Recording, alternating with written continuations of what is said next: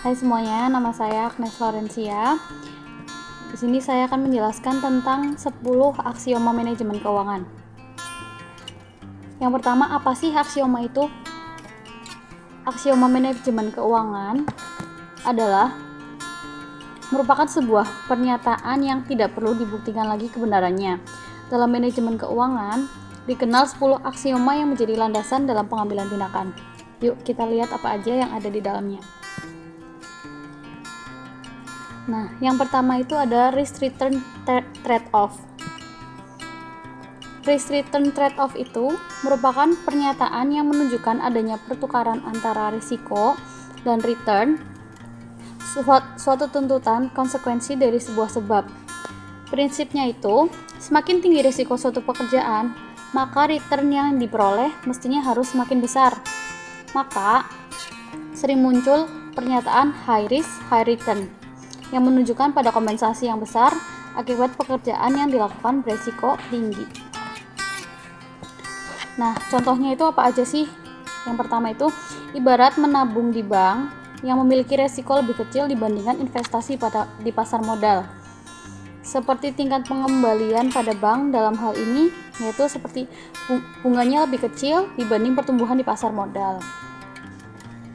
Nah, yang kedua itu ada time value of money atau sering kita sebut juga dengan nilai waktu uang. Nilai waktu uang adalah menerima sejumlah uang di waktu sekarang lebih baik daripada menerimanya dengan jumlah yang sama di masa yang akan datang.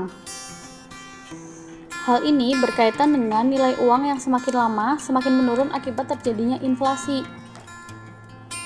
Nah, penurunan nilai uang ini yang menjadi salah satu dasar munculnya bunga dalam perbankan sebagai bentuk antisipasi agar nilai uang yang akan datang tidak menurun lagi dari nilai uang yang sekarang.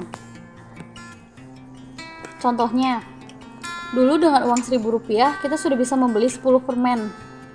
Sedangkan kini sekarang Rp1.000 itu hanya bisa untuk membeli 3 permen. Itu bentuk terjadinya inflasi, jadi nilai uang itu semakin turun. Lalu yang ketiga adalah cash non-profit is a king. Jadi itu di sini cash non-profit adalah raja. Maksudnya itu adalah kebanyakan pengusaha kini hanya memikirkan besarnya keuntungan dan mengabaikan fakta kas dari perusahaan mereka sendiri. Hal ini yang menyebabkan mereka kewalahan dalam menjalankan bisnis. Karena meskipun keuntungan perusahaan meningkat, tetapi biasanya sebagian besar merupakan dalam bentuk piutang. Nah, hal ini sanggup mengakibatkan kas perusahaan tidak sanggup membiayai hutang-hutang atau liability perusahaan yang ada. Hal ini juga berkaitan dengan nilai dari uang itu sendiri, ibarat sudah dibahas pada poin kedua tadi. Nah, oleh lantaran itu, kas ialah yang utama, bukanlah besarnya laba. Namun, dalam hal ini bukan berarti besarnya keuntungan tidak penting ya, hanya saja besarnya kas jauh lebih penting.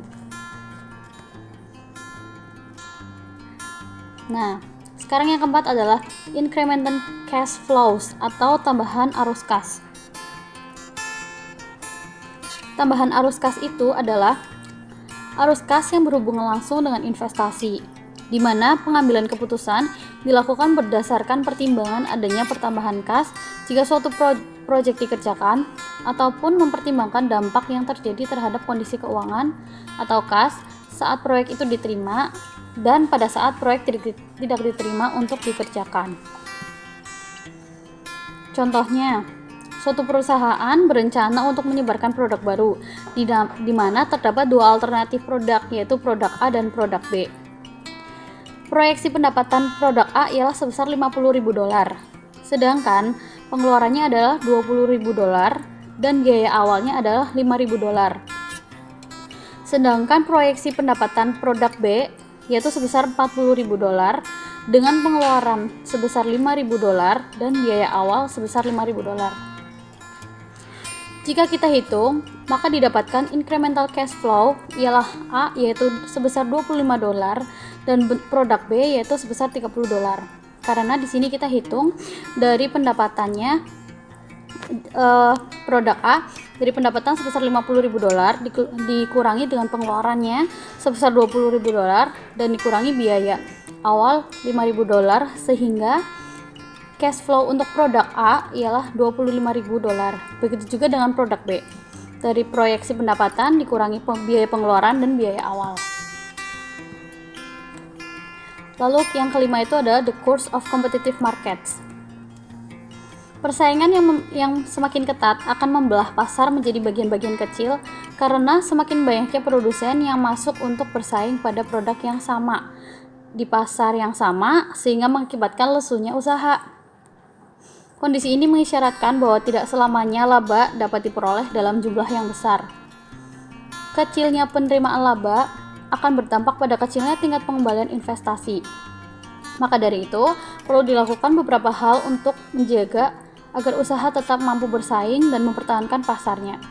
Di antaranya seperti diverifikasi produk, penguasaan bahan baku, penggunaan teknologi yang tepat untuk meminimalisir biaya. Yang keenam di sini adalah efficient capital market. Apa sih efficient capital market? Yaitu atau kita sering sebut pasar modal yang efisien adalah pasar modal di mana perusahaan memiliki gerak yang cepat dan harga yang tepat pula. Aktiva finansialnya yang diperjualbelikan mencerminkan seluruh informasi yang ada dan dapat menyesuaikan diri secara cepat terhadap informasi baru. Efisiensi pasar modal dinilai melalui keberhasilannya dalam menggabungkan dan menyelaraskan informasi.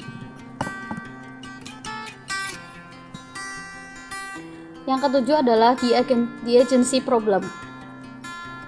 Masalah keagenan terjadi di antara para manajer dan pemegang saham, di mana para manajer terpercaya atau dipercaya untuk mengelola perusahaan dan memberikan keuntungan dari semua aktivitas bisnis perusahaan agar para pemegang saham mendapatkan keuntungan dari keuntungan perusahaan tersebut. Masalahnya adalah manajer tidak akan bekerja untuk para pemenang saham jika tidak selaras dengan kepentingan mereka.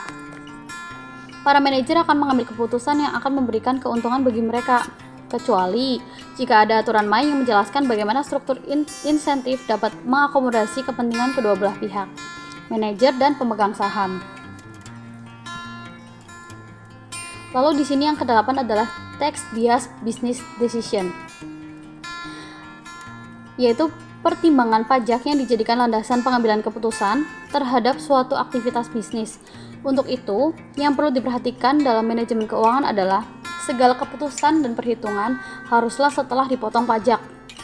Artinya, hanya melihat harga dari suatu produk yang dapat ditetapkan pada sebuah wilayah lebih menguntungkan, tetapi lupa bahwa harga tersebut belum dimasukkan komponen pajak.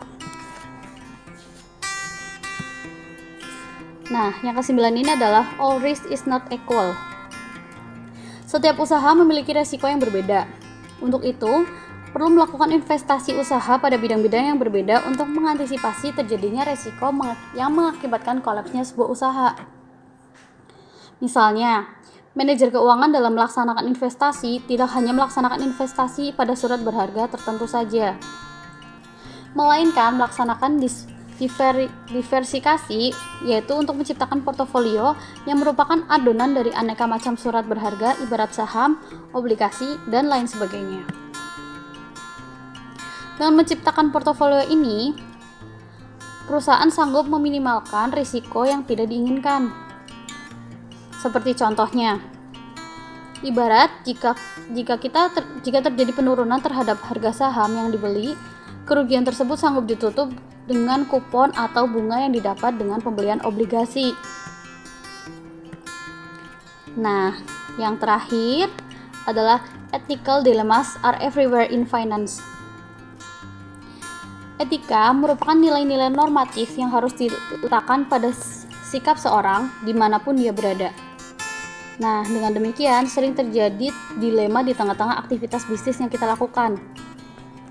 Nah, hal yang sering terjadi itu adalah karena adanya kepentingan-kepentingan individu tertentu pada setiap dirinya masing-masing. Untuk itu, pada setiap perusahaan akan selalu ada aturan nilai universal yang sering disebut budaya perusahaan sebagai bentuk dan upaya perusahaan untuk mengarahkan karyawannya agar memegang teguh nilai-nilai yang baik.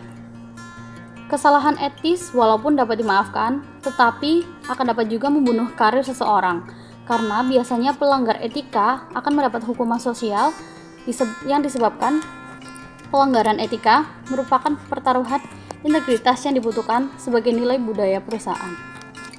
Nah, sekian yang bisa saya jelaskan tentang 10 aksioma manajemen keuangan.